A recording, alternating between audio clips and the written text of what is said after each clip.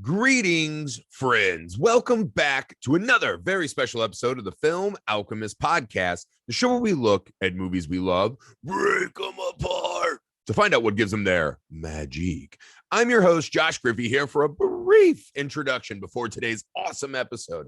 Guys, it's official. The Film Alchemist are on Patreon. So that's patreon.com/filmalchemistpod. It's the absolute best way you can help support the show, show us some love. For as little as $1 a month, you can join our community over there. At higher tiers, you can begin to select the specific movies you want us to cover as episodes in our patron exclusive library over there. So lots of fun stuff, guys. We're working very hard to earn your money over there. We have a lot of new stuff that we're working on that we're very excited for coming out soon. For those of you who are patrons, thank you. For those of you who are about to be, thank you as well. Make sure you leave us a rating and review wherever you find the show. That's the cheapest, easiest way to help the show out. A couple sentences, 5-star review helps us out enormously. Thank you. We appreciate it when we see those. You can email the show, filmalchemistpod@gmail.com, or find us on all the social media you're on. You can go to YouTube and subscribe to our channel there, Film Alchemist.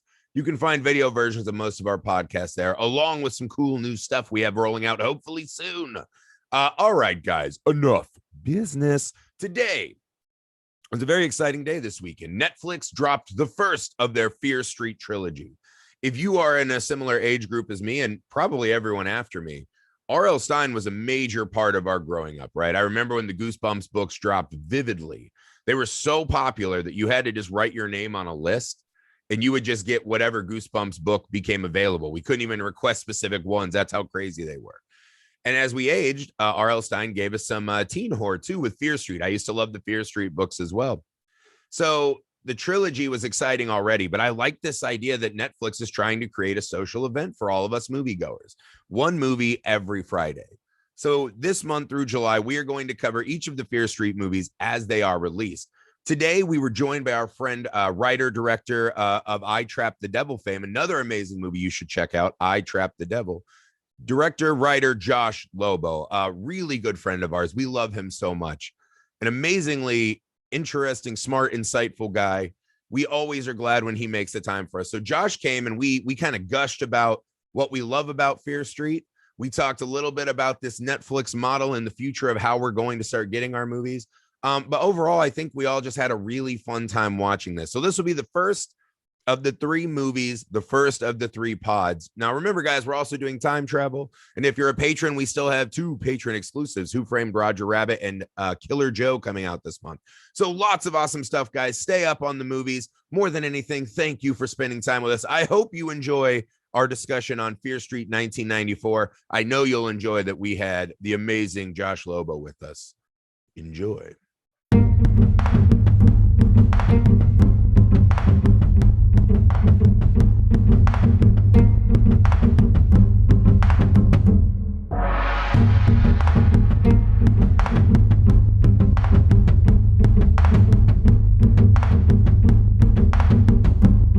My experience with Fear Street was a funny one because I will say for probably about the first 20 minutes, I was completely unsold. I dug 100%. The energy. The needle drops were fun in that me and my wife were like, hey, remember this? Hey, remember? But they were doing so many needle drops. They would interrupt the previous needle drop to add a new song. Like they literally did the gun to the head, right? Don't you know I'm loco? And I was like, hell yeah, I'm vibing the song. And then they interrupt that to go straight to Radiohead Creep. I'm like, our needle drops are coming so fast. It's every 20 seconds. We kind of get the scream opening. And it felt very kind of rehashed. But then the movie just opens up and became this whole other fucking awesome thing that I really enjoyed by the end. So, Josh, why don't you hit us with your opening thoughts on Fear Street? You know, I really... It's just like one of those movies that I've been looking forward to for a while. I always just sort of keep up with when studios are doing some weird shit, and like I think Fox's original like release plan for these movies, because originally before Netflix was scalping over Fox's dead body, their plan was to like release these 3 movies back to back in theaters, like one a month for an entire summer, and like that sounds fucking great. And like I still, like, as I was watching this, I was like, fuck, I wish I was watching this in a theater. But like I've been Really? looking See, forward I to it. actually thought the Oh, exact opposite, Yeah, man. same. Because well, I think so many more people are going to watch it now. I well, don't yeah, think this movie's going to be the draw that people would have gone out of their way to not see Fast and the Furious 15 or whatever and watch this movie. So man. I I think was like, right now, like, do you guys remember when they did the After Dark horror festival? I do. Always. So that was Oh Yes. like yeah, one of the coolest things ever, right? I remember, but they all were in one weekend. And you're and they were like, all it's bad. really well, a couple of them, the one that had the kid from The Sandlot, Dark Ride, was okay. They weren't spectacular for the most part. But I was like, that's a fucking lot. I'm in college. I have drinking schedules and homework and shit. Like, I can't fucking do 8 movies right now. It was inconvenient for me. And I think they Yeah, did it a second year and it faded out. But what I like is that I think Shudder's the only one that's kind of got the social streaming aspect, right? Of how you can really capture and galvanize an audience. And I think stuff like this is a really cool experiment to see if we can bring some of that kind of kindred group of moviegoers back that I feel like we've just completely lost over the last 20 years at AMC's or wherever the fuck we're watching movies. wait, Alex, what did you make of this? What you mean was like that? you mean like prestige television? Something Yeah, coming but I out mean, week to week, and then I people mean, watching honestly, it? the last show I was watching like that was Thrones, and it could only let us down in the end, and it did. And we put Thrones away. We buried it like our fucking, we found out our uncle was like a pedophile, and you put him away. Like, no, Uncle Barry never We existed. buried it like a terrible secret in the town. That's what happened to Game of Thrones, man. So I think there is an opportunity here, though, that I'm hoping Netflix will capture. The weird thing is, I feel like no one I know who's not in the horror movie community has ever even heard of this thing. So that's kind of the problem. Alex, what did you make of this possible gathering of online streaming audience? My experience was actually the opposite of you guys. I thought it started exceptionally well. Like, Yeah? because here's why. You like the VH1 portion? The needle drops or whatever. Like, I agree. Like, there's just one on top of another. I'm like, I hear that song and that song. I remember that song. And like, my wife and I were watching. I was like, oh yeah, that was cool. Like, I don't think I ever read Fear Street. I read Goosebumps mostly. I never read Fear Street. But it hits all the notes, and like, I think one, like, it's grabbing anybody for nostalgic purposes just because it's the 90s. But also, if you read Fear Street, it's going to take you at least somewhat to that moment. I I actually, like, the beginning was good, and then just I actually thought the ending, like, other than the supermarket stuff, which we'll get to, like, that movie is 35 minutes too long. I was just like, why am I still watching this? No, what? No. No, sorry. So it didn't work for you. It worked for me to a point. Like, I loved the supermarket stuff. That stuff was awesome. Like, I had a great time. There is just a stretch in there. There's a stretch in there. It's like, what is happening? And why are we like? I felt like I was just like, I feel like I'm watching a repeat of the same scene twice. And I thought the second one was much more interesting. And like, it does, like, there's just this, like, lengthening feeling that I had throughout the ending of the movie. It's like, this is going on for a long time. Like, this could be compressed very easily. I definitely like the end, and I don't want to. Let's talk about the ending a little bit later. Let's warm up with the beginning. Spoilers, all spoilers. I'll put that. I didn't spoil shit. No, we'll talk about the ending later. If you made it this far, spoilers for sure. I do feel like this movie had fluff in it, right? But I think a lot of the fluff was simply setting us up for the next two, right? So I think they were doing a little of that extra world building work that if this was a standalone movie they wouldn't have done. But honestly, I didn't feel like it dragged at all. I was really it. So I do this, like, weird thing where I, like, buy or I, like, rent or I download whatever fucking today the scores for things, and I'll usually listen to them like the day before or whatever. And I heard Marco Beltrami did the score to this, and I was like, oh, okay, cool, like, Scream. And then I listened to the score, and I was like, oh shit, this is like the Scream score, like, exactly. And then there's the opening scene, and I was just like, oh no, like, let's not just. I mean, it's cool. It looks cool. I like that. Somehow, like, I just like missed that Maya Hawke was as like famous as Drew Barrymore in Scream. So when they kill her, I'm just like, yeah, it's that girl from one season of Stranger Things. Mm-hmm. Right. And I was like, okay, that's neat. Like, it would have been like, she's great. They try to do that. Like, oh, wow, we killed the lead in the first, but like, I just don't know if she's like famous enough for that. Like, I don't know. Yeah. Well, according to the other trailers, I think they're going to kill 1 or 2 Stranger Things kids per movie. I think that's the rolling out of that. I was waiting. I was actually like, Millie Bobby Brown's going to show up and get fucking wrecked. I know it. She'll be the witch in the third one or Didn't something. happen. Yeah, no, do the full Stranger thing. she's in Godzilla now. She got that Godzilla money, dude. But no, I mean, I think there is, because this, I honestly thought when I was watching this, right? Because I was like, oh, the killer's the insanely creepy kid who works at the fucking Spencer's Gift full of dildos. Like, shocker. Yeah. And there was a bit when the cop runs in and shoots him or whatever. And she's like working in the dark, just stupid things that would never happen ever. I was like, oh, okay, I thought they were going to do the Scream too. But I lived in the 90s. I'm aware of how it was back then. And I was like, I wouldn't have fucking been I would have been reorganizing and alphabetizing in the fucking dark. So I thought they were going to hit us with a Scream 2, right? That we were watching a movie and we were going to pull back to teenagers watching a movie. And that wasn't it. And I had this moment where I go, oh, no. I was like, that's not good at all. You know, just the kind of, you thought this was how to open your big trilogy of the summer. I was a little worried after that scene, right?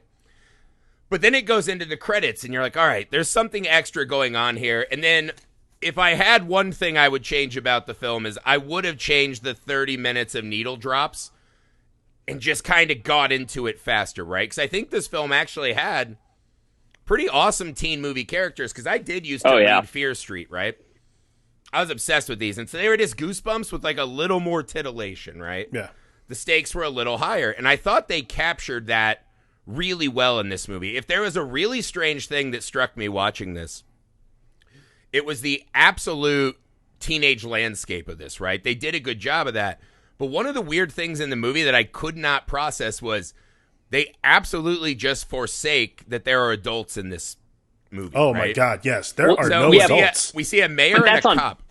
That's on purpose, though, man. That's like the It Follows Nightmare on Elm Street thing, where it's like, we're teens, we have to do this like there's like no adult supervision. Like, I totally feel like that. I agree with that to a point, right? But even in Nightmare on Elm Street, her mom's still there. She's just an alcoholic. The dad works, right? Yeah. There are moments of this film that absolutely don't work because you're like, you can't just behave that way, right? You can't just fucking steal an ambulance and have that shit for like 8 hours and no one's coming for you. Like, that doesn't work. The scene, okay, so here's the scene where it was like blowing my mind. There's the scene on the bus, right? They have this fight at the candlelight vigil, all this, you know, we're setting the stakes of Sunnydale versus Shadyside, right? We kind of have this Socia's greasers thing going on, and they battle, whatever. When the car comes up behind the bus, and they're kind of throwing shit at the bus, right?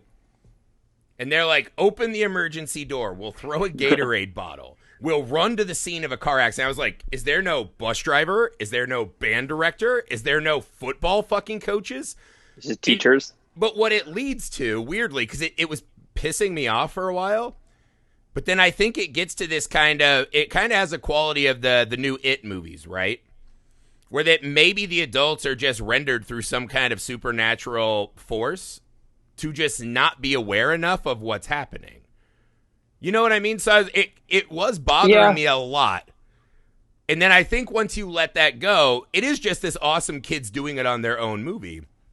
But there's a lot of scenes where I'm like, they're burning down a school. She fucking stole a cop's gun, and we never see that cop for the rest of the movie. There's no scene where that guy's like, what the fuck? Right? We never see that. It's like the cop is like that like cuckold reporter from Succession. That's right. Yeah, or the political advisor. Yeah. I love that guy. No, I totally agree with you. I think, kind of going back to what you were saying a second ago, like, I think the characters were really well drawn. And I definitely, during the first like 20 minutes, I was really irritated because like I've been looking forward to these for a while. I love Lee Janik's Honeymoon. I think it's really good. And like, so it was kind of like, okay, cool. Like, let's like get another movie out. And the idea of this was really interesting. So that was cool. And like the trailer looked really good. It looked really tactile, like really just I mean, a cool, fun slasher movie. But like that first 20 minutes, I would say up until they the main characters are their neighbors and they're like, oh, the skeleton mask guy is stalking us. Up until that point, I was like fuck, I'm not gonna like this, because the dialogue it's very like, it's trying to be snappy, and it's like the pacing is super quick and I don't really understand anything, and like there's fucking needle drops, they're so, like you said, they're so distracting.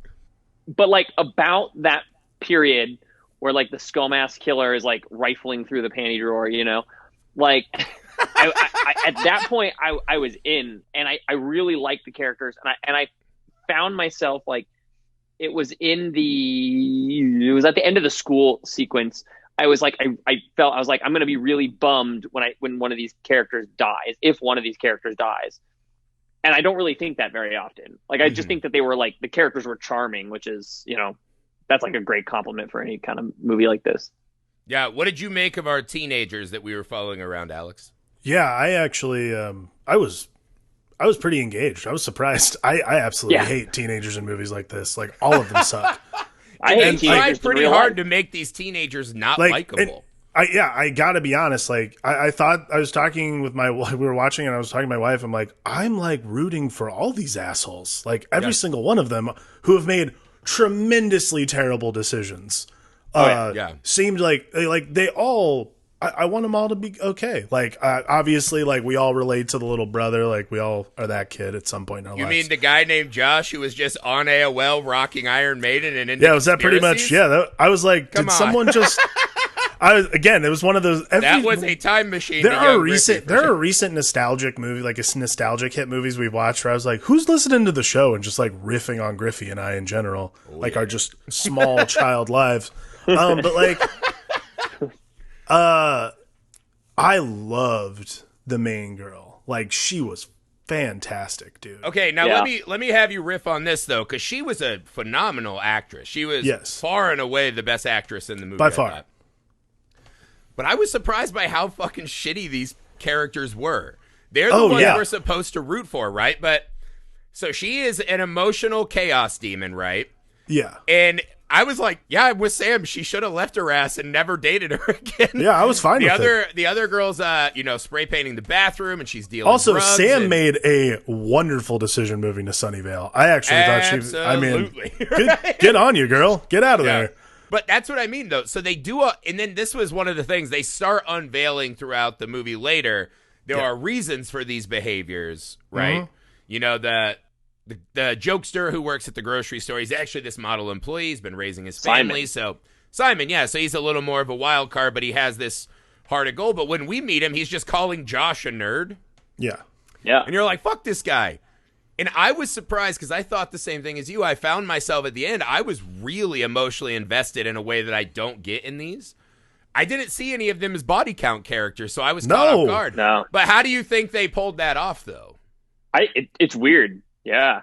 Alex. I mean, for me, it's one of those things, like, this is a really hard balance to strike, but I think what they did was keep the group taut, but also everyone was crucial to surviving that night. Like, absolutely no one was just like cannon fodder. And I think that was a really important thing. Like even stuff, and again, like getting towards the end, there's even stuff that I was just like, wow, everyone seems to be playing a crucial part in surviving this. And like, it was pretty impressive. Like, I should not have worked that way, and it really did. I gotta say, and like, again, we're talking spoilers here, I was really like, because the whole movie I was very curious. I was like, well, I wonder if they're like, because they weren't exactly throwing like you said, cannon fodder characters at the screen, so there weren't like a lot of deaths, and sort of by the mythology of what's going on, like there wouldn't have just been a bunch of random deaths, but just the way they had set up Josh and Kate, that cheerleader girl. You know, they have this like cute romance, and then like Simon's like talking to Josh about like, you know, she sees something in you, and then they just fucking put her through like a bread shredder. Dude. And like, dude, I was just like, are you fucking kidding What a me? kill. Like, So, yeah. First off, yeah, that was amazing because it took me back to my days of Arby's where I almost lost a finger at the roast beef slicer. That was my job in high school. I got to say, though, and I watch horror movies all the fucking time, right? I thought at that point in the story, right, when they made it out of the high school, because again, when you said that, it actually is right. The high school is just the first draft of the supermarket scene, essentially, right? Yes. The stakes change a little. We learn the monsters are superhuman and that, oh, well, we want you to die, but now you sacrifice stuff, we're together, whatever. Fine. All that, fine. When they fucking stabbed her with a cake on her face, I audibly gasped. Yeah. I was like, oh, Yeah. I couldn't fucking believe it. And then the bread slicer is the same thing. I'm like, what the fuck? And when they hit Simon in the head with the axe, I was actually more gobsmacked because I was like, we just killed one character. You can't kill all the characters. And when that motherfucker was coming for Josh, I was like, I'm about to turn this fucking movie off. Oh, Because yeah. the gloves were off. The gloves were off. Then Anything everything could was on happen. the table. Yeah, I couldn't fucking believe that shit. Yeah. We've been in the mountains. I took my family to the mountains when my parents came into town, and I was watching this movie yesterday, and my mother watched it with us, which was hilarious. Oh, God. This is not like, for the listeners out there, everyone knows this is not a Donna Dandino movie.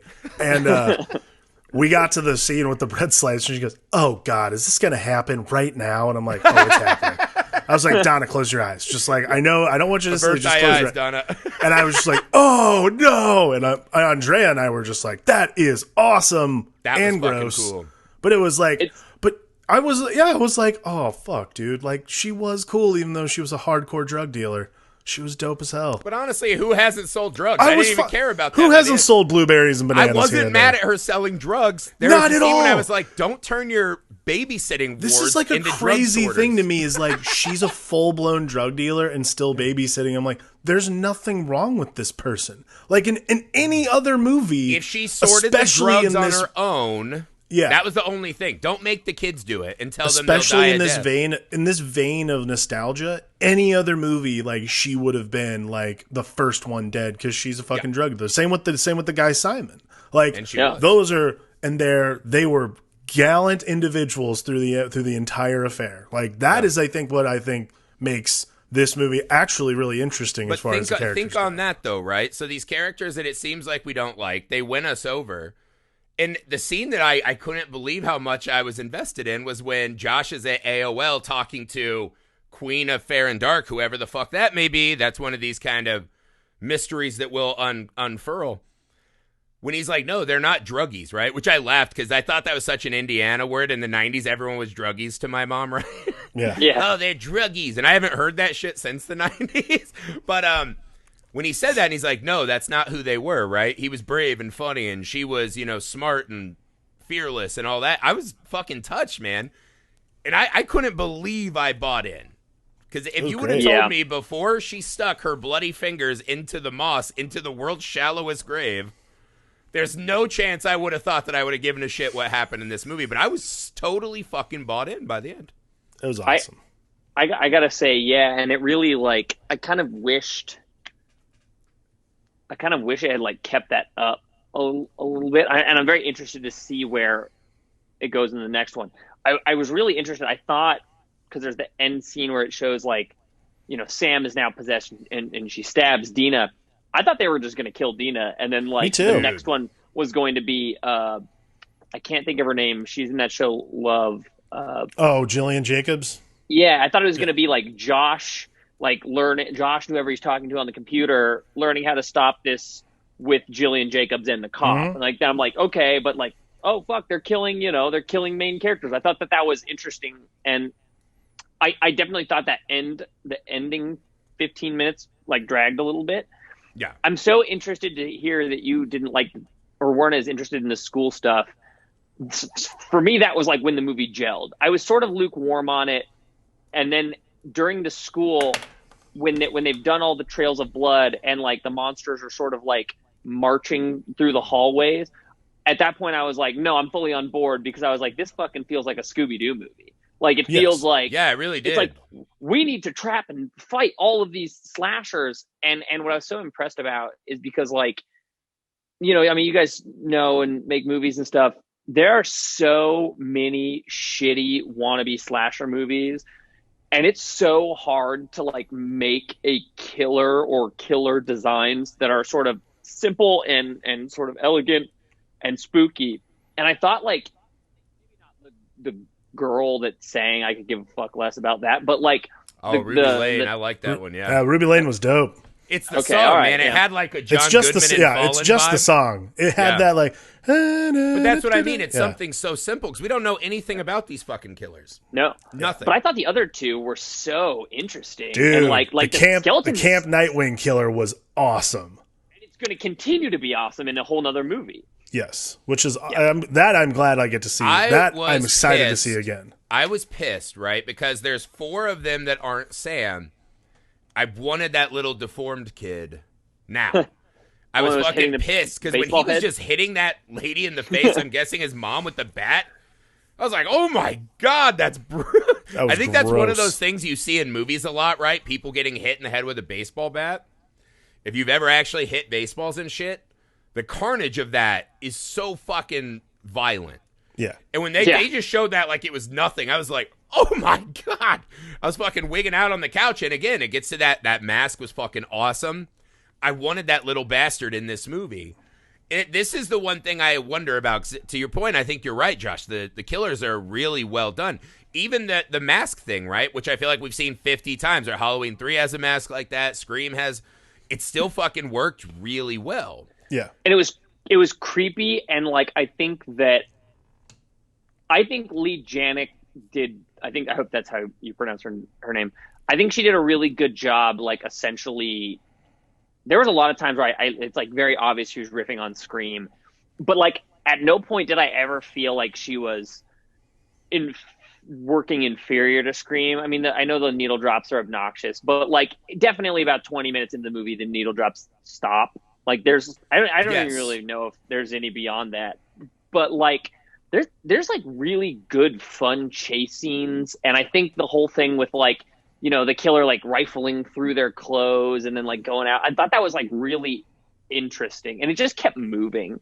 I think it was John Squares from Bloody Disgusting tweet that he was like really excited to like see movies that are like fun slashers where like something actually happens, as opposed to just like this like, you know, like mumbly like art house horror. And as someone that like made like mumbly art house horror, I'm like, oh yeah, you know. I'm not trying to burn my own house down, but no, the thing is, I totally get it, and like, you know, I was like watching Antonio Campos's After School Today, and like that's like the most depressing movie ever. But then I'm like, man, I also can't wait to go watch Fear Street 2, you know, and just see some like teens be clobbered to death, like. Well, it's a fine line, right? Because a lot of movies do the horror comedy, right? And there's always been this argument of, well, you got to have some fun in it. Like, what is that movie I watched over quarantine? The Wicked and the Wicked. The Dark and the Wicked. Yeah. Yeah. With the fucking goat lady, the goat farmer lady.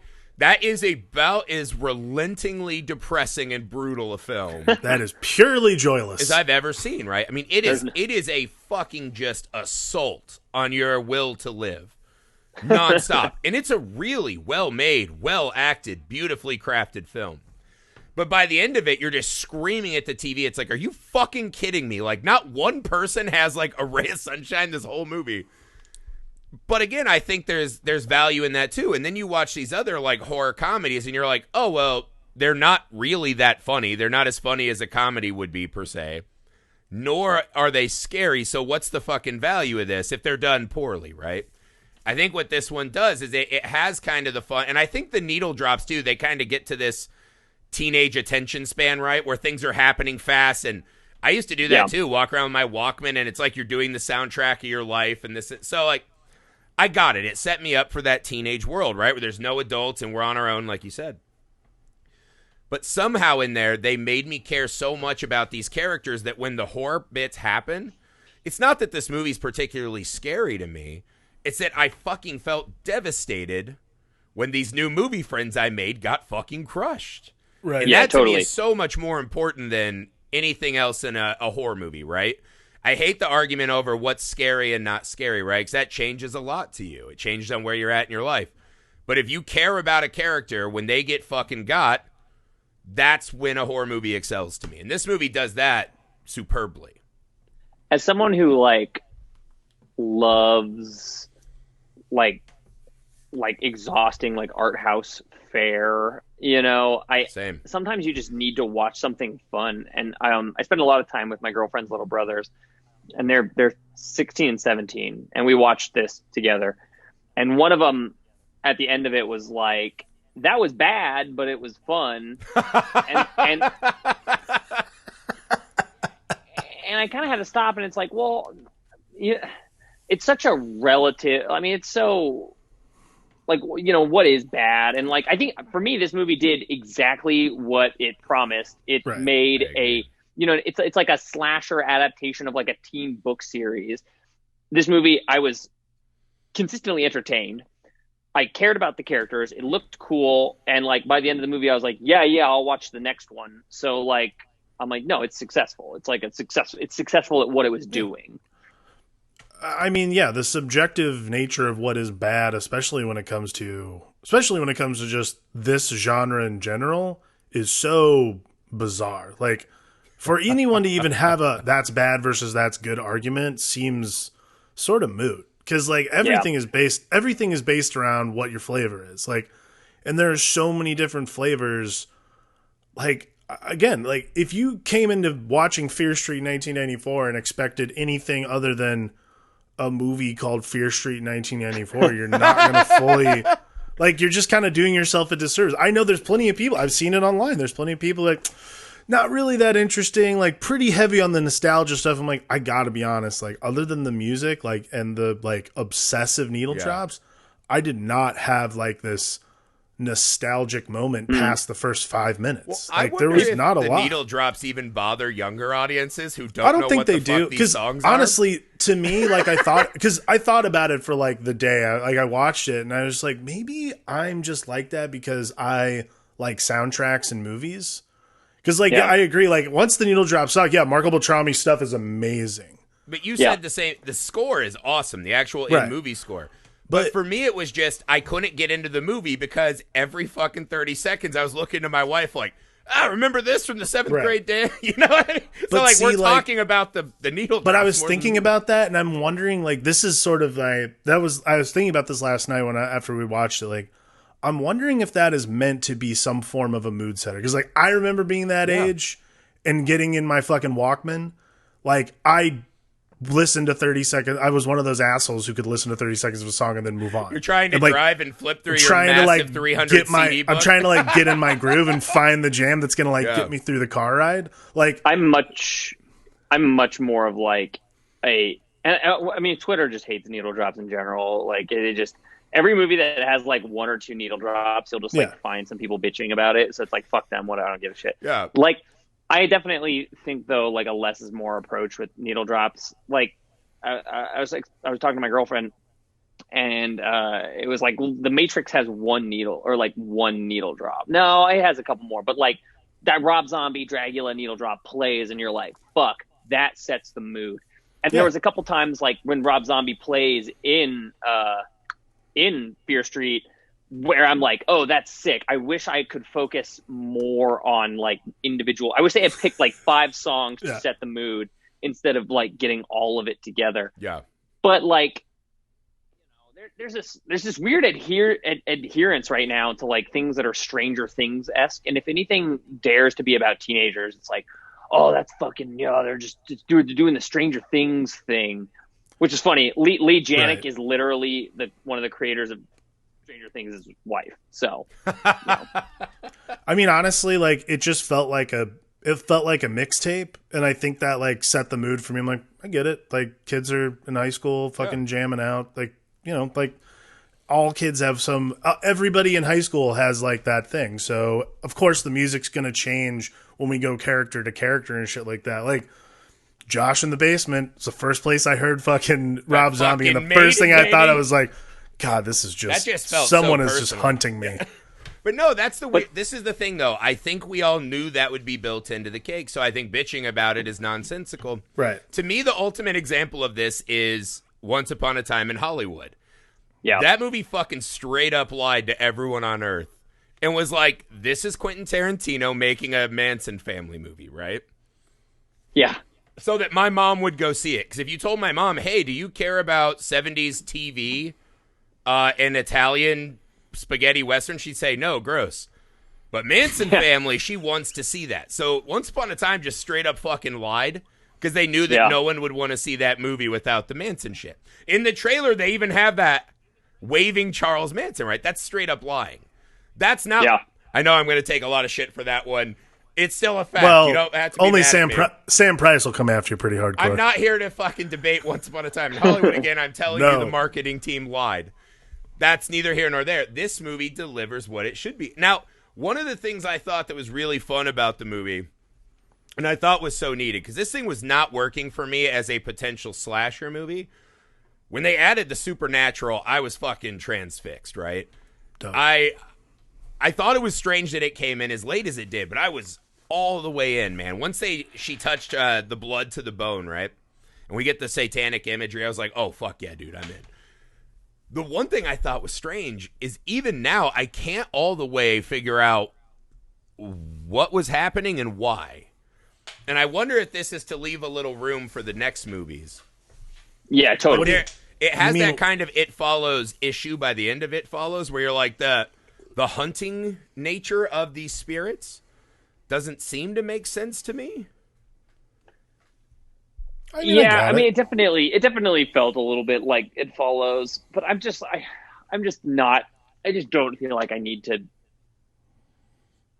don't need to sort of dig in and like read between the lines of like a teenage slasher movie. You know what I mean? Like, but I wonder if there's clues in there as to what's coming down the road. Well, that's my thing. I think that has a lot to do with the fact that I know I'm going to get 2 more movies. So after the third one, which is 1666, which is when all this shit goes down in the first place. Yeah, the like pedophile preacher, I think they were saying, right? Yeah. When I like knowing that, I feel like there's so many more breadcrumbs, and I agree. Actually, I forgot that the sequel to this or the second movie in this series is taking place before all this happened. So I'm like, wait, so Jillian Jacobs just shows up for 5 seconds. I'm like, shit. Like, she's like literally holding the keys to the kingdom, and I have no fucking idea what's about. But I'm like, but it's happening. Like, the just fact that they're going in reverse order is letting me know that something's askew, right? Yeah. And they kept saying, right? So when she had the vision and she's like, it's you, right? That's what Sam hears.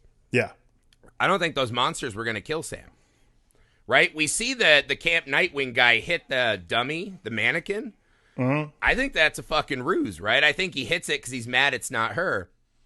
Because the other killers, right? So at the start, because I kept wondering, how is this witch doing this and why is it taking all this time, right? Why are her bones so fucking shallowly buried, right? Did she cause that accident right when she did with the nosebleeds to get the teens there, right? Because she wants Sam for some reason. I don't think she wanted to kill Sam, right? So she talks to a milkman. The milkman starts slaughtering housewives, right? She talks to this deformed kid. He bashes whoever the fuck that is with a baseball bat. So on and so on, right? She talks to the kid at the mall and he kills the bookstore employee. What does that have to do with anything, right? There's something extra going on with Sam. Did it ever come up? I do not remember this, and I apologize if I was not watching closely enough, but did it ever come up why Dina got a nosebleed? See, that's what I'm fucking saying, right? So she got the nosebleed there, potentially so that she would fucking cause the accident. And then Sam had the sympathetic nosebleed as well.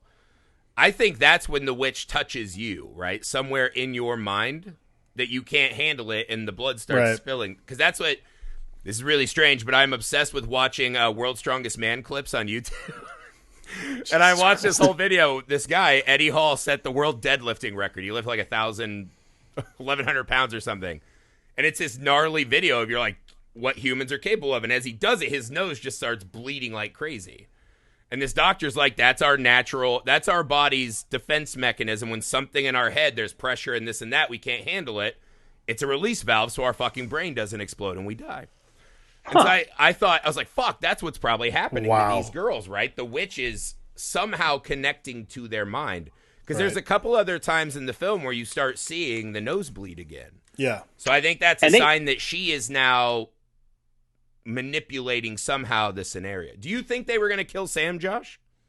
I sort of, I don't know. I didn't really think about it until you said that. For me, the mythology was a little muddled, and I kind of I sort of appreciated how. I mean, I guess now that we talk about it, I'm questioning, but like I really liked how sort of like straightforward some of it was. Like Josh is basically just like having an AOL conversation, being like, "Oh no, it's the witch's ghost again. Oh, they're going to come kill us. Did you see someone was killed? The spirits of the dead are haunting his monster." Like, you know, and I just sort of liked that it was like, okay, they're being hunted by monsters. I do not expect this trilogy to have some sort of like really complex mythology. Like, I just don't see it. I think that, I mean, like, and quote me in a couple weeks, but I bet you anything that, like, when you come back in 3 weeks and we just publicly whip you like that shame lady in Game of We just fucking Sarah fear you in front of everyone on this pod. Yes. I bet you that the Dina or whatever is. I think like, Dina is Sarah Fear's descendant. Yeah, exactly. Like just something like that. Or is Sam? No, Dina. Dina, yeah. I think that there's a lineage thing. That's if that's what you're getting at by it's being it not complicated, I would 1000% agree with you. Like I don't think I don't think it's anything beyond. But why is she attacking her? I see. My theory is that we're going to get a monkey paw scenario, right? With the missing hand. She cuts her hand off, and that's how she's able to reach from the grave and take these people to do her bidding. So yeah, I think we're going to get like a monkey paw wish fulfillment horror movie, which cool. That is like one of my favorite genres. Sounds of horror, awesome. Right? I love the fucking be careful what you wish for horror stories. Yeah. I would love that because I'll tell you, like, when you see all three of those movies and I'm like, oh, one's like a 90s slasher, one's like a camp counselor movie, and then like there's a witch movie, I'm immediately the least interested in the witch movie. I just don't. It's just not a genre that I think. That's Griffey's wheelhouse right there. And also, like, the flashes they shot, I was like, that looks awesome. Because that's the one thing. If you do those kind of period piecey ones, if you don't shoot it right, it doesn't work as well. That looked awesome. I was really excited for actually, what they it's were the doing. one I'm most curious because I don't know what the style would be. Like, totally 78, 94, I get those. Like, that makes sense. It looks like Gretel 1666. Yeah, like 1666 can go like one of like three ways. Like, you can do it sort of this, like, you can do it like that weird Tesla movie where it's like anachronistic almost, and like the way it's shot. Yeah, I love that movie. 1666 needle drops in. Yeah, I mean, like, you just fucking throw it. What was hot in 1666? Quickly.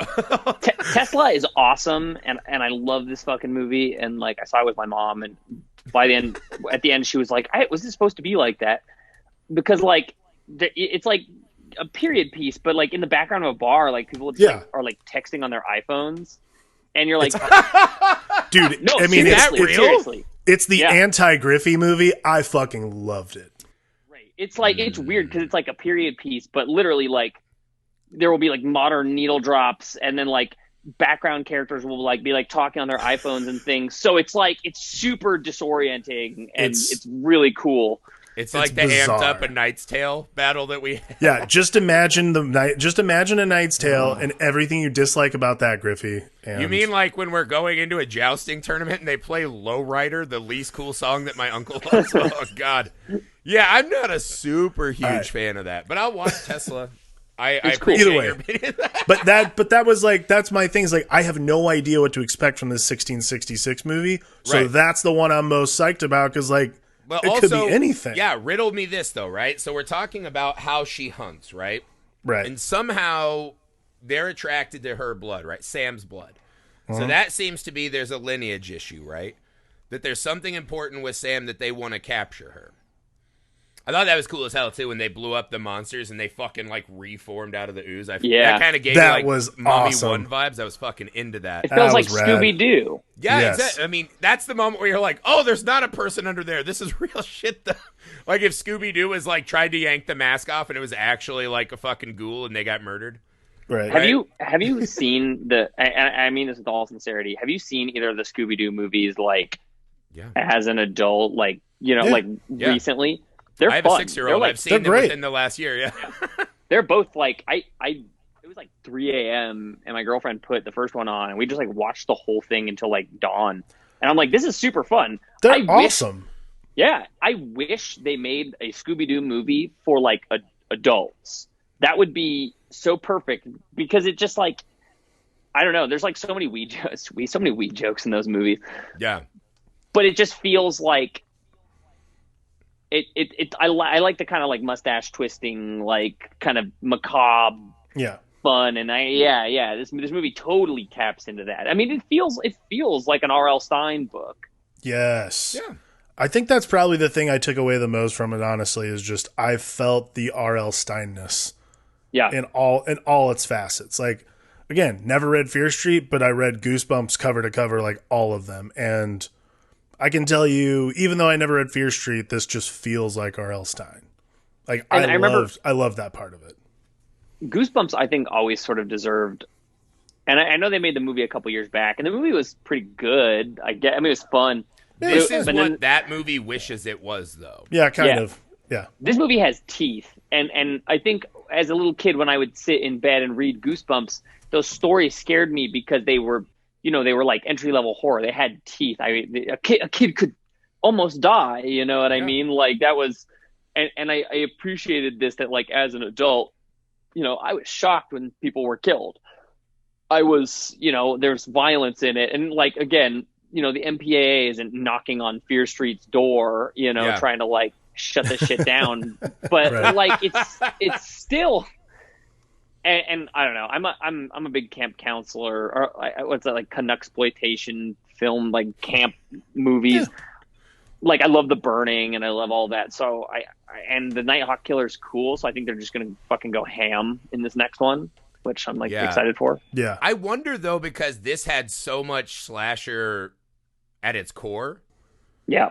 Are they really just going to do another slasher at the camp, or is there going to be some extra thing that we didn't expect? Right? Because this one is a slasher with this kind of supernatural witch bloodline story. What's the extra icing they're going to add to the camp counselor movie? That's what I'm most, because I have no doubt the camp counselor murders are going to be amazing. Well, that was the thing, to your point with the teeth. This movie is fucking brutal. Yeah. And not even like it's so gratuitous, but just there's something now, I think it's the Saw effect, right? Like when Saw came out with all these elaborate death traps, people just started getting really elaborate with gore. And I think what this movie just covered, right? So like when Nurse Betty got it, she's like, hey, you can't wear the mask. It's so simple and matter of fact that running up and just fucking stabbing him in the throat. But you felt like you got hit yourself, right? There's just a real fucking brutality to this movie that I wasn't expecting. So I'm assuming the camp movie will soar in that regard, right? But I think that's the fun thing, is that when you add this kind of world building and tune in next week, right? Like, that was the thing when I was a kid. I used to have to watch the Batman 66 like that. Tune in next week. Same. And you couldn't miss it, or else it would just never exist for you again. I think that's a really fun element of this kind of rollout model. I'm excited to see what happens next. It's definitely it's interesting to be excited about something on Netflix, because I'm never excited about anything on Netflix. Ever.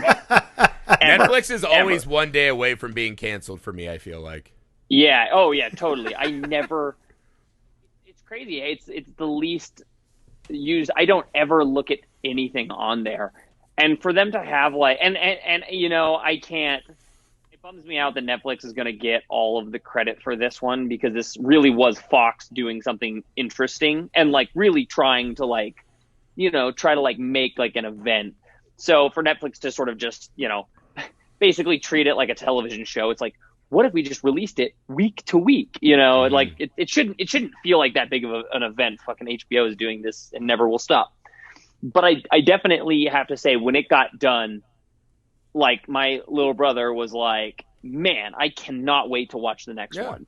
And I can't either. I will watch it the day it comes out, which is, I swear to God, this and Army of the Dead are the only two movies I've ever watched, Netflix originals, the day they came out, ever. I don't know Army what of it the is. Dead would have been on my list, and then I was like, woof, 2.5 hours. And it took me like a week to get to it. Yeah, that's another conversation. It's just, You know, Griffey, you made a point earlier, like, because, like, essentially the 78 movie could probably just be another slasher movie. But I thought about this, and again, it goes back to, like, Fear Street didn't really change, again, to my knowledge, wasn't like an overtly changing formula from book to book, correct?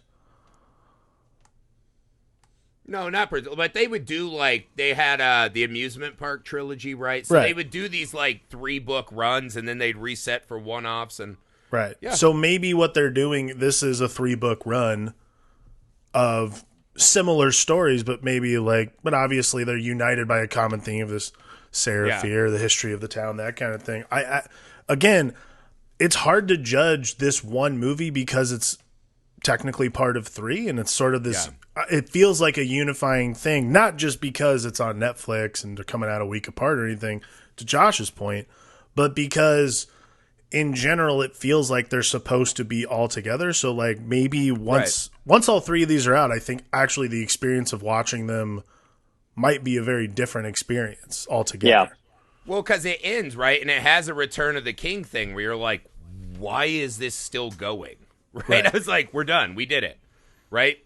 You know, after I finished my Han Solo, right, when they drown her and stab her with EpiPens, you're like, that's not how any of this works, right? Like, once that was over, I was like, it's done. Like, stop the fucking movie. But then you get the call, and you're like, oh, shit. And so... essentially, we have this vestigial tale of a scene that's caught between worlds, right? It doesn't really matter to what we just watched, but it's this really tantalizing, like, hey, man, because that's another thing. Why is Sarah fucking possessed like Linda Blair? Yeah. How the fuck? That's not how any of the other killers she took over were. What the fuck is happening? And then there's the voice, that's how I survive. And so you're excited, right? You're fucking stoked. And to me, this is giving me the vibe of what I wished American Horror Story had been. Yeah. Right? Because American Horror Story always had me excited for 3 episodes, and then you're like, oh, here it comes. And it was just a rapid fucking asteroid from Armageddon speed descent into unwatchable. That's a Ryan Murphy joke, right? What? The 3-episode thing in The Business, that's a joke. He's like interested for like 3 episodes of whatever television show he's associated with, and then moves on to the next thing. Contract, yeah. So that's actually something that a bunch of writers I know who actually worked on some of his shows say, yeah, he's interested for like 3 episodes, and then he comes up with another idea and he goes and does that, and we just like. Do whatever we want. But you can. It's such a bummer. I mean, like, I think American Horror Story season 1 was like really interesting, and its themes were really unified. Yeah, totally. I remember being stoked, and it just felt like they couldn't fucking sit down and just fucking focus on anything. No, it's very all over the place, dude. You could have had some of the best seasons of television had they just fucking stuck to. It takes place in a fucking asylum. It is not aliens and Santa Claus and fucking Nazis, aliens, every fucking thing. Well, like even the fucking carnival season, I was like, oh my god, they had amazing characters for those starts, and I was like, they're fucking back, baby. Useless. Nope. I mean, this is another thing too. I've been griping on this for a long time. Is I'm not a huge fan of the miniseries format, where it's like here's 6 episodes of something, because you're like, for sure I need 1.5 of these. Yeah, and the rest is just fluff and nonsense, and I'm like, give me. So I like the idea of taking these. This is always my thing, right? This is why I'm not one of the big proponents of the theatrical model, and we need movie theaters back. I think movie theaters have been just fucking milking us for years. Like, we're like fatted calves that they've just been leeching off of and giving us nothing in return for years. Tune in next week while me and Griffey beat each other to the death. Yeah, right? No, I go to the movie theaters as much as anyone you know. I still go. But the experience has only gotten worse as I've gotten older. And that could be my age or that could be them not caring. So I like options. Give me fucking options. If I want to watch a movie at home, I want to watch it there. If I want to go pay for it, like I'll go pay for Green Knight because I'm assuming random dickholes aren't going to walk into Green Knight that want to fucking take Instagram selfies. Doesn't seem like their vibe, there it right? is right there. That's fool's gold. You know they will. Yeah. So now I'm going to be in. Some girl's going to be getting the. So be like, what? Knights? I love knights. I love fucking dragon shit. I told shit. you the story. I went to La Lorna or whatever from The Conjuring. And this La girl's fucking Llorona. taking selfies, giving that dude a hand job, and you're like, well, there's no way I'm going to make it through this second act. Like, that's way more interesting than what's happening on the screen. But so I like the idea of, if you have these condensed series, right? So instead of trying to stretch it out to a 10-episode show or whatever, give me this fucking 3 movies. I think this is an awesome format. For some reason, format. I hate when TV does the week-to-week thing now. I'm like, that model's obsolete. We crushed that model. Give me the show so I can watch it when I want. No, it's not. Not at all. I'm telling you, there has not been a show that has benefited from that since Game of Thrones. There's no show that it's mattered that it's week to week. No one fucking cares about. How many people watch Mayor of Easttown? Fucking all of that was like probably not even the population of Easttown. Dude, no. Netflix's model is so unsustainable. You cannot. Well, that could be true too, but because you cannot spend $120 million on a show, drop it on Monday, and then be surprised when on Tuesday people are on to the next thing. That week to week model is how it's like blowing your load, like proverbially blowing your load. But like, I mean, sometimes that can be good. If you're a gigolo, the more loads, the more pay. Man, there are so many choices and options of fucking everything. Sometimes it's just nice to be able to look forward to something. And like, dude, when I'm fucking watching I was watching the Good Lord Bird, and then every week I would tune in and watch it. I think the reason Netflix is lagging behind is because they don't give a shit. Like, and it can't sustain viewership when you take your fucking flagship show, you dump it on Monday. And then on Tuesday, people are talking about the fucking HBO Kate Winslet drama again. Like it needs instead of a new episode, they drop a whole new show. But like I watched that Marianne show on Netflix, and it was an amazing binge. Right, that's one of the best shows I've seen in like 10 years. They canceled it. I couldn't wait to get through it. Yeah, of course, it's all canceled, right? But that's the thing. Like I started Lovecraft Country, and I was like, nice, I love this. And then after the second episode, I go, fuck this. I'll just wait till it's done. Like, I stopped watching it until it was done, and I just watched them all at once in, like, a weekend. So, for me, it's like you have to find this middle ground between giving us the options to watch things as we want to watch them and how it's sustained. The whole Netflix model makes no sense to me at all. They just run so in the negative every year, and I guess they sell our information, and that's value. I don't know how any of this works, right? I'm talking about me as a consumer. How can you get me the thing I want most efficiently, right? And I like this model. I'm excited to wait 1 week for this. I don't know if I'd want to watch 10 Fear Streets in a row, right? No. That's the TV problem. So I don't know. I don't know. I mean, I think that is, I don't know. Honestly, I don't think there is no one format that's going to work. Like there's absolutely no one in this business, especially now, that's just going to break the mold and figure out how to like do this without pissing everyone off. Like ultimately it has to be a person, but like, it's just like we were talking about, like I was saying earlier, it's so subjective how everyone consumes their shit. Like I can tell you right now, I am not one of those people who like, I don't need to see something the day it comes out. Like, especially like in this world, like there's so much shit to see. Like at this point, I'm like, I'll just watch it when I want to watch it. Like eventually, like it's on my list. I'll watch it. I promise. But like at this point, there's just so much to watch. Like there's stuff on HBO Max and I'm like, I got to watch that. Like give you Mayor of Easttown. I completely mean to finish that. I've watched 2 episodes. Backed up to like Big Little Lies or whatever. Like that's how I've watched 2 episodes of that, and I'm like, I'll get to it later. Like because like honestly, like there's so much other stuff I find more interesting. But then like this. But this is the thing. This is what I like about Fear Street particularly. This model of release particularly is these are movies for one, so it's events. It's an event I can sit down and watch with my family, Yes. my wife. Like, I can sit down and consume this and not really have to contemplate coming back next week because it's a movie. Like, Yeah. I can always catch a movie. I can always spend 90 minutes sitting down watching a movie. Like, that is like part of life. I love doing that. TV is such a TV is dedication. It's an obnoxious commitment, and like there's just so many there's so many good shows. There's so many amazing shows that I will never watch because I can't. I know people that watch everything. They watch everything, and I'm like, I probably watch 2 to 3 shows a year, maybe. Man, and then I'll like spend the time like rewatching shit from like 3 years ago, where I'm like, this is great. I've seen this 7 times. Like, yeah, I'm like, it's comfort food. That's it. Yeah, exactly. And it's like I think movies are the perfect thing because it's like 90 minutes. I can, like you said, I can always spare 90 minutes. It's in and out. I get it. And like this one particularly, yes, they're all like sort of, I'm assuming, going to be unified by a common theme, but like that makes watching them and then waiting for the next one that much more interesting. And not only that, it's 3 weeks. I only wait 1 week per, like, I don't have to dedicate a month-long run and like make sure I'm caught up because, quite frankly, like, again, they're movies. Like, I can enjoy and compartmentalize each one of them, and then when they're all done, I can watch them all again and be like, oh wow, there's all this other cool shit I never picked up. That's what this Netflix thing I'm hoping starts, right? Because Shudder's the master of this. Every Thursday they give us a Shudder original, and I love Shudder dearly, so I don't want to piss all my whore brethren off.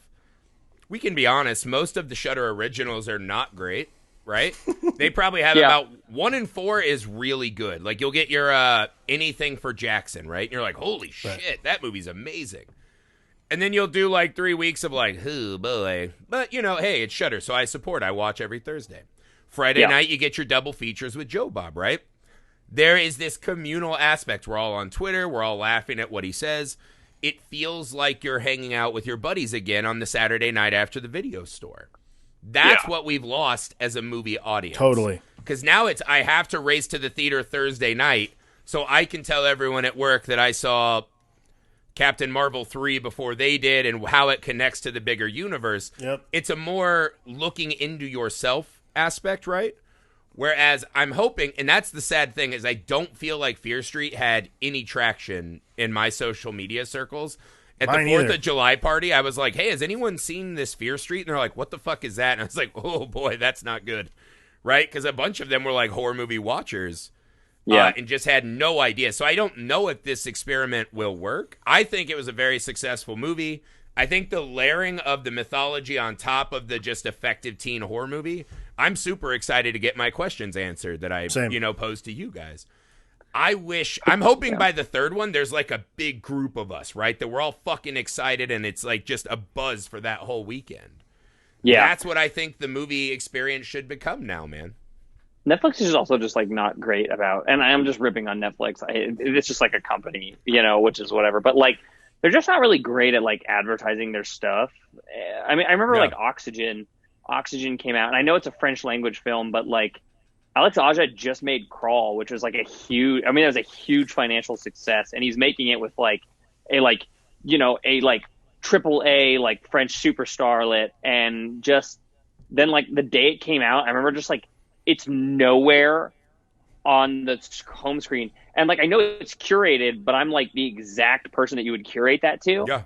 And like, I can't find it anywhere. Right. I have to like type it in to find it the day it comes out. It's like, that's it's so stupid. It's like every time I have to type something in on a streaming service, I feel so personally attacked. I hate it. And also to your point, I love him as well. I didn't even know that movie existed. Me neither. I had never even heard of that. There it is right there, man. Yeah. Boom! Alex Aja has a new movie, and it's really good. It's probably one of his best movies. It's fantastic, and it's on Netflix, and you can find it buried in the fucking algorithm somewhere. And seriously, it's just like it's like these things. There's no weight to them. It doesn't matter. Say what you will about, and I don't even think it's necessarily like a streaming problem. Like you said, you watch the Shudder originals. I get on HBO Max, and I immediately see what the new things on HBO Max are. It's fucking great. I know exactly what's new, where it is. and I'm I go to HBO Max. I always watch stuff on HBO Max. It's a great service. Same with fucking Hulu. I love Hulu, and I feel like I see their new stuff. Netflix really just needs to get their fucking thing together, because I think they are the company that's producing content where some of these other companies are still making films. I think the biggest problem Netflix has is actually that they don't know what to, like, that homepage is a mess. Like, oh yeah, days where things premiere, they have no idea what they're trying to premiere. Like, I agree. Like, there's been movies that I know have premiered on there that I've been buried in the algorithm, knowing full well, like, I know this is tailored to me. And they're not, like, the big splash either. Like, even Fear Street, honestly, like, halfway through the day disappeared from the top of the list. And I'm like, what's going on? No, Fear Street was consumed on social media by people talking about some movie on Netflix where they saw some guy's massive dong. Nice. It was like some like romance movie, and it's like, oh my God, you saw this guy's huge dick. That was everywhere and not Fear Street. Like, the inundating of content, they never know what to like actually like push. And I think that's like the bigger issue is, like, from a marketing standpoint, the company has a bigger issue of not understanding what valued assets they have. Like, they have all this IP, but Griffey and I talked about this a long time ago, like back when we were doing Long Box, is Netflix is essentially the Walmart $5 bin at this point. Like, we all go dig for movies, but that's the problem, is we have to dig. Like, I shouldn't have to dig for an Alex Aja movie. Like, no. It should be tailored to my... The whole point of algorithms is to algorithmically show me what I want.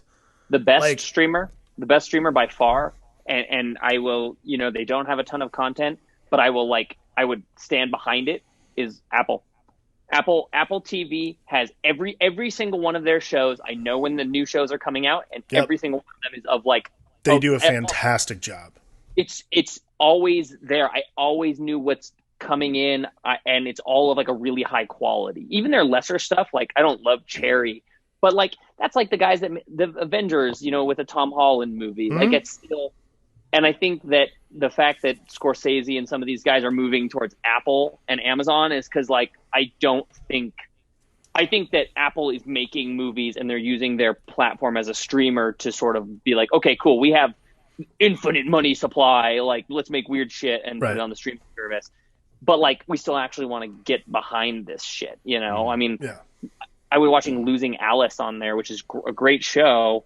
And it's like, I would never would have watched that normally, but like, it was a great trailer. It looked flashy and cool. We should do one of these for each of the Fear Streets and then rag on Netflix on all three. come with your gripes for Netflix. Once again, Netflix, you fucked us, but here we are. Let's bring this back though to Fear Street. Now that we fucking ragged on Netflix. Also, Netflix, get your fucking shit together. Get your shit together. Ted Zarandos. Right? Hire me. This is the fuck. Yeah, hire all three of us. I'll just be the guy that watches TV. I'm like, niche, out. And I'll throw every show out after a pilot. And I'll clean everyone's list. But so this is the thing, though. This is exactly what I've been dying for since that day in college. When I remember, I used to have to fucking read shit in magazines back then, right? Yep. The After Dark Horror Fest. 8 movies, 1 weekend. I was so fucking excited. I was trying to block out plans. I didn't drink Friday because I needed to get 3 movies in Friday because I knew I had to drink Saturday. Like, I was arranging my life as a kid around these movies. And to Josh's point, they were not exceptional movies, but they were exceptional to me because I knew everyone in those theaters, right? And when I saw you at the 4th movie, I knew we were like in it together, right? And it fucking mattered. And I still remember most of those movies pretty well. And when that just didn't work for them, I guess, and then I think they did, again, a second one and it disappeared, I've been saying for years, why can we not do that? Why can we not cluster? Here are 4 Wizard of Oz themed horror movies, right? Easter weekend, go. I've been wanting something like this because the film festival circuit is so bloated now. It's so hard to travel, especially last year, right? And you're going to see more of this, virtual festivals and this and that. I'm hoping that the model of the future is here. We've made an awesome movie, right, with these amazing young actors. It's got this really wild mythology. Tune in next week and see how we can expand it. I think there's something really here. And I'm hoping that it isn't just this useless cry into the infinite void that is social media and streaming. Because I think this, if it was a real success, I would fucking love to get these little horror movie series. Like, something that's struggling, Hellraiser, right? Instead of making Hellraiser Judgment or whatever the 15th one is that's terrible, hey, here's a little fucking 3-movie run of Hellraisers that's going to get you back in, right? Right. I hope this model takes... I fucking love Fear Street, man. And to me, it's a wild success. I've been waiting for this movie and this kind of an event for a long time. I'll quickly tell you, just like as a Hellraiser fan, you're going to be really stoked in the next 2 years. Anyways, I'll keep my nipple clamps on just in case. Yeah. No, I definitely think I am going to be there day one. Today's Monday, probably Friday night, not Thursday night. I don't want to watch things at 2 a.m. or whatever. But Friday night, I will get off work and I will go home and I will sit down with a tub of popcorn and I will watch this. And just like Stranger Things, people like to rag on Stranger Things. I think Stranger Things is fun as shit. I'm so excited for season 4. I'm just excited to have something fun that is that's the thing of the summer, and for me, this occupies that. So I'm there. Yeah. Alex, final thoughts. What did you love about Fear Street? I mean, what's there not to love? It's a fucking blast. Needle drops. I mean, there's some just killer tracks. No, honestly, it's Incubus. It's if that doesn't show up and set. Yeah. If I don't get fucking lack of Hoobastank, really. If I don't get some sweet OG Incubus in '78, I'd be sad. Oh, like Helicus, I'm talking Enjoy Incubus shit. No, honestly, Fear Street '94 was so cool because it did not lean into nostalgia like I think you kind of expect it to. I really, really loved that. It stands on its own. It stands on its own as a movie just in general. It does not. There's a lot of nostalgia movies that have come out that lay down sort of their own nostalgia armor. So you're oh, well, it kind of sucks because it's supposed to be doing that. No, this movie does not have any of that shit. There's none of those gimmicks. It has the bread slicer kill, which is one of the coolest fucking kills I've seen in recent years. Yeah, I mean, for me, it drags a little towards the end, but it doesn't take away the fact that I thought the movie was a fucking blast. And I mean, I sat in my fucking living room eating popcorn, watching a fucking horror movie. What more do you need? It was brand new. Yeah, I'm good. Yeah. All right, guys, that's it. Join us next week. We'll be talking about Fear Street 2, 1978. 1978. We're going to camp with Fear Street. You guys will hear the normal episode, 12 Monkeys Thursday. Fear Street next week, Patreon next week, and Bill and Ted's Excellent Adventure. So stay up on the movies, guys. Lots of fun stuff. Thank you for joining us so much, Josh. You're the best. From my Italian villa. Yeah, thanks for making the time from your palatial estate, from the set for the sequel to Call Me By Your Name. Yes. All right, guys, we'll see you next week. Peace.